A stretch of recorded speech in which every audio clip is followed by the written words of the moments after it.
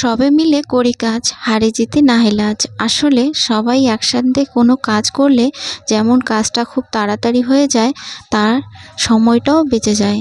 Hello বন্ধুরা, তোমরা সবাই কেমন আছো? আমার 3 মিনিটের ব্লগে তোমাদের সকলকে স্বাগত জানাই। আজ বৃহস্পতিবার, তাই খুব তাড়াতাড়ি উঠেছি। কিন্তু আমি উঠলেই যে আমার ছেলেও উঠে যায়।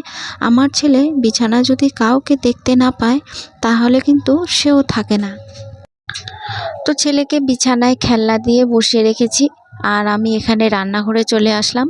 রান্নাঘরটাকে পরিষ্কার করে ঝাড়ু দিয়ে নেব। ঝাড়ু দেওয়ার পর আমি ছেলের জন্য গরম জল করে নিয়ে যাব।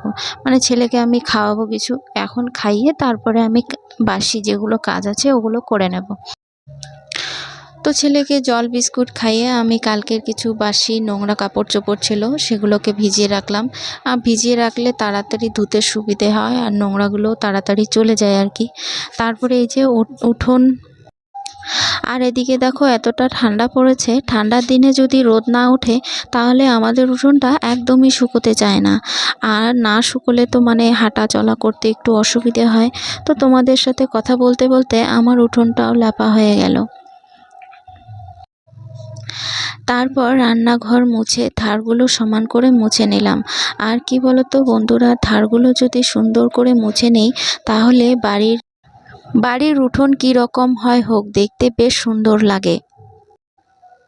আর আমি যদি উঠোন লেপতে যাই আর কি, যদি লেপি তাহলে আমি ধারগুলোকেও মুছে নেই।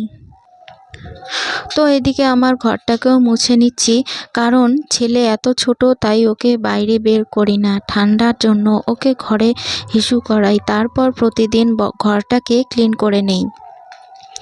তো ক্লিন করার পর আমি স্নানটাও সেরে নিয়েছি।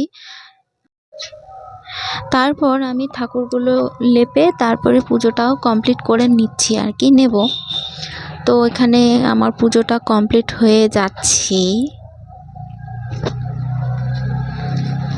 আর পুজো কমপ্লিট করার পর এদিকে আমি ছেলের পাশে এসেছি, আর ছেলে এই যে দেখো কতগুলো নোংরা করেছে, এত বদমাস, কি আর বলবো। আর এখানে মা শাক রান্না করছে আজকে, নিরামিষ, কারণ বাড়ির পাশে কীর্তনে যাব আর কি। তারপরে আমি চাটাও খেয়ে নিলাম, আর রোদে এসেছি চুলগুলো শুকোনোর জন্য। কিন্তু চুল শুকোলে তো হবে না, আমার ছেলে আছে, ছেলেকে খাওয়া দাওয়া করে স্নান করে ঘুম পাড়িয়ে দিয়েছিলাম। তো আমার ভিডিওটা কেমন লাগছে